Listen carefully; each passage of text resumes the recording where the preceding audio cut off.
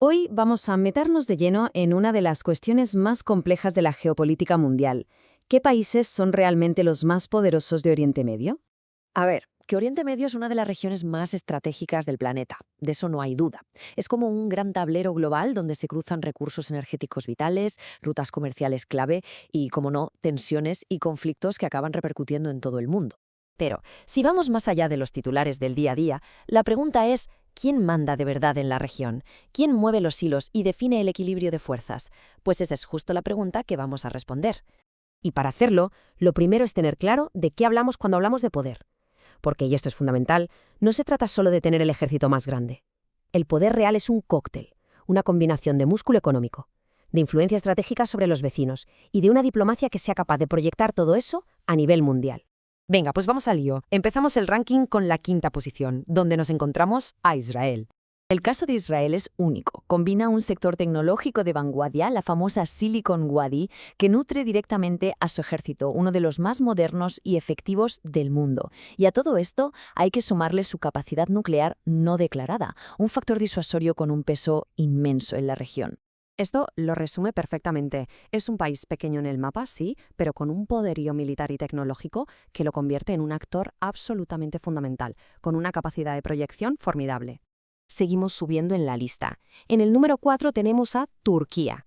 El poder turco se apoya en pilares muy sólidos. Por un lado, un ejército enorme y profesional, de los más grandes de la OTAN. Pero cada vez más importante es su creciente industria militar propia, que le da una autonomía estratégica clave. Y todo esto, por supuesto, amplificado por su posición geográfica. Es, literalmente, el puente entre Europa y Asia. Por todo esto, la conclusión es bastante clara.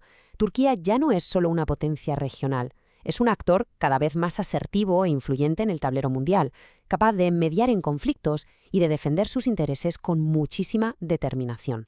Entramos ya en el top 3. Y aquí, en la tercera posición, aparece un país con una estrategia de poder completamente diferente: Irán. Irán ha perfeccionado el arte de la llamada guerra asimétrica.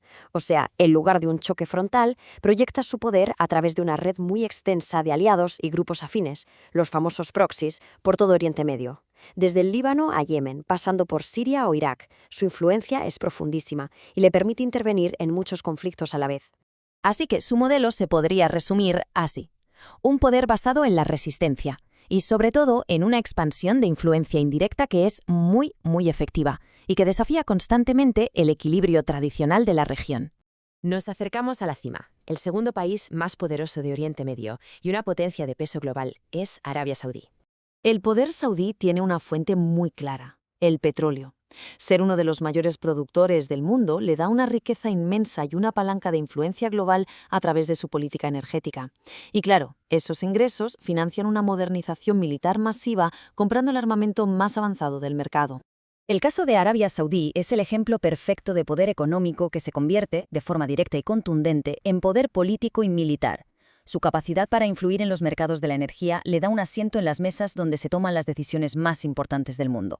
Y llegamos al número 1, y aquí quizá para algunos sea una sorpresa, pero el país que encabeza este análisis por su ascenso estratégico es Emiratos Árabes Unidos.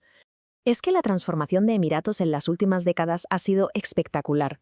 Han sabido diversificar su economía mucho más allá del petróleo para convertirse en un centro financiero, tecnológico y logístico global. Y ahora están traduciendo ese poder económico en una influencia diplomática y militar cada vez mayor, con una política exterior muy activa y pragmática. En definitiva, son la definición de un país pequeño que, gracias a una visión estratégica muy clara, ha conseguido meterse a jugar en la liga de las potencias globales. Demuestran que la inteligencia y la diversificación son claves para el poder en el siglo XXI.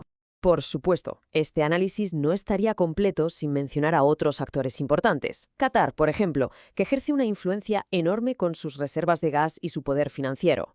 O Irak, que a pesar de sus problemas, sigue siendo un país clave por sus recursos y su posición geográfica. Entonces, después de este recorrido, ¿cuál es la gran conclusión?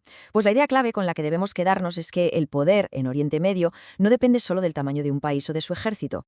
Depende, sobre todo, del uso estratégico que cada nación hace de sus ventajas particulares, ya sean los recursos naturales, una posición geográfica privilegiada o, como hemos visto, una estrategia nacional inteligente y muy bien ejecutada.